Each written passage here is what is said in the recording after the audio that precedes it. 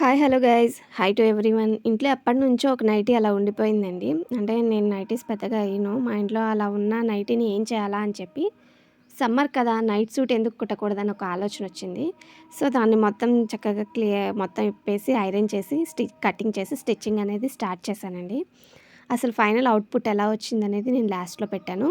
చూసి ఈ video end వరకు చూసి కామెంట్ అయితే చేయండి. నాకు అసలు నైటీస్ అయితే నచ్చవండి. నేను ఎక్కువ నైట్ డ్రెస్లే యూస్ చేస్తాను. అందుకని చెప్పి ట్రై చేశాననమాట.